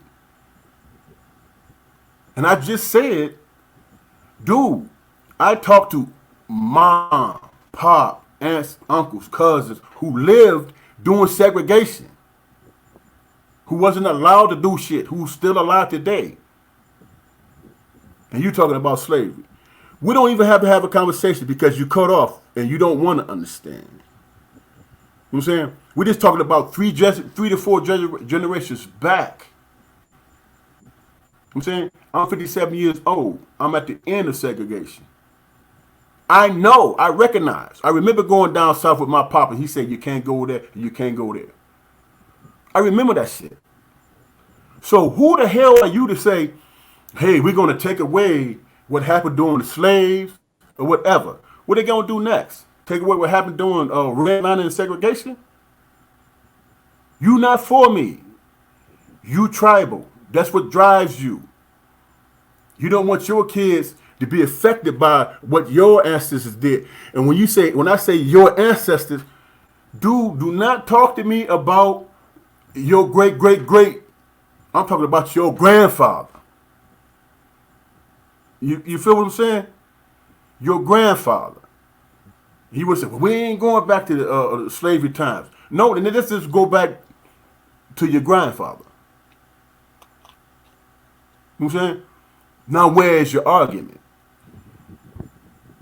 You go way back there because you don't want to understand. You take out all the black history and all the things that happened because you don't want your kids to be affected by that.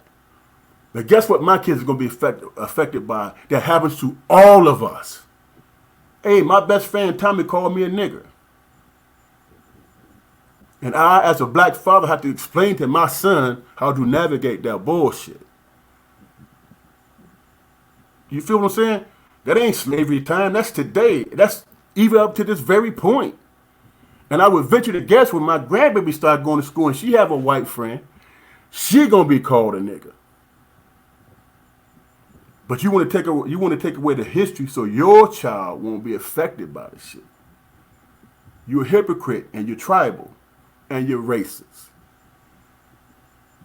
So miss me with the bullshit. Miss me with it. You cannot explain that to me. You cannot explain my history. You cannot take away or dispel or take my history away from me. Because at the end of the day, while you trying to make your kid not be affected from it, I have to make sure my child adjusts to your child's bullshit. Coming from you as a parent. Which just goes back as far as 3 generations. So all the stuff going on that's happening, that they're taking away and they changing and they trying to do whatever to make your child feel better, I have to prepare my child for the bullshit that I went through. So are you erasing my history? At 57 years old? Miss me with that bullshit. And I'm going to take care of mine, and you keep lying to yours. And that's my segment. No doubt, no doubt. E, great. Hey, let me tell you, all 3 of you guys, and including Chris, let me tell you, when I say, and you know I don't hand this shit out, great fucking takes on your perspective, man, because that's what it's about. Period. I just thank you fellas for the opportunity, man. That's what it's about. That's real. This is Strong Perspective Podcast. Damon What's up, bro? and Jaquari and E. If y'all was fucking cooking, y'all put your foot up in that motherfucker with the toe jam and all of that. Great job, man. It's real. No, I'm not He said the bullshit. toe jam. Did that spoil the pot? Toe jam. You hear me? What grandma said, get your ass out of here with your shoes on. Yeah. Fishing all the goddamn meat out the spaghetti. What are you doing? Ham hocks ain't supposed to be just bone. God damn it. Get your ass out of here. Hey, Go ahead, Jaquan. gentlemen, I must sincerely beg your pardon for forgetting the questions. You know, like my daddy used to say, my mind ain't long as a pistol click. So Hey, look, you got a great motherfucking moderator, man. I was like, I'm tap dancing like, oh, hey, ha, who, ha. You ain't Keith. forget no questions, man. Go ahead with that, man. Stop that. Look, this is Strong Perspective Podcast, man. And what we're about real conversations. We're about conversation with people. You know, everybody matters, but we also got the majority of people that matter. We're about talking about how we feel, our perspectives, and who we are. Period. You got to be honest about that, bro. You know, because that's what we do. That's the whole thing.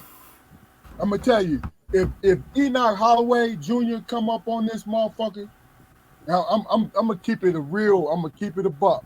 If he come up on here, that's some real shit.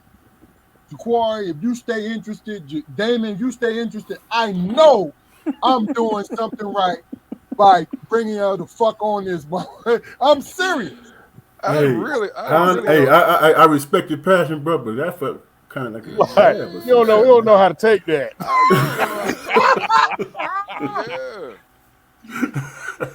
Oh, take this. Take it like this. See, look, ladies and gentlemen, I'm talking about to alpha males. So, of course, if I don't stroke the ego before I do it, all I'm saying was it's gratitude, man. Goddamn It's right. gratitude that you coming on and giving your point of view and the Goddamn fact right. that you want to show up for it. It has nothing to do with it's not the grinning. Hey, like my brother Jaquari do. I'm not trying to So lead with that, brother. Yeah. That's what I'm talking about. That's what I'm talking about. I'm sitting over here like, the fuck you mean I ain't pretty, motherfucker? Shit. Hey, look, what you say? Give me mine. Yeah. Hey, give me mine. Fuck that. No, but for real though. No, this is real. You know, all jokes aside, you know, this was a great episode. And the thing about it is, I expected it to be that way. You know, Chris, we're gonna bring you back. Yeah. We're gonna bring you back. But let me tell you something. You knew that you know the boss had some shit planned for you, and you're gonna play us like that. But that's okay. You my guy, you the home team, and we're gonna ride with you. I don't got no problem. I don't got no problem with him keeping peace in his house, man. That's it. Absolutely not. Look, that's our goal. That's our goal. Enough said. You know what I'm saying? So, enough said. This Strong Perspective Podcast, and please go to our YouTube channel because this is a movement. I need you folks to understand. This is a movement. We're getting ready to do. Look, people, I don't want you to be the people who say, yo, I followed them and da. No, we are what we are. This is promoting conversation with everyday people who actually move everything. Everyday people move everything. We pay attention to everything. We promote everything because we give you our attention. It's real. So, Enoch Holloway, you know you reoccurring. You our guy. Thank you very much, sir. Appreciate you, bro. Damon, Jaquari, thank you. You know how we do. Chris Dickens, thank you, sir. Hey man, he wanted part 2, bro. No. Thank you for giving me the energy. No, having to come up with the energy to pull you back to from the dark side. Mm. But Chris, you know you're gonna come back on, and we're gonna enjoy this thing. This strong perspective podcast. Please go to our YouTube channel, subscribe to our joint, and if you need to come on, if you have something to say, and we're Facebook friends, message me. You can come on anytime. Tell me what you want to talk about, and we got you. But thank you for coming on, Malika. Love you, baby. Love you, cuz. Thank you for chiming in. We appreciate sis. you. Definitely. I can't see who else was on, but we had like 3 or 4 other people coming on. But thank y'all too for this Strong Perspective podcast. E, any last words, E? Fellas, I appreciate you. Just thank you for the opportunity, man. I appreciate it. No doubt. Thank you. Thank you, brother. This Strong Perspective podcast, and good night. Good night.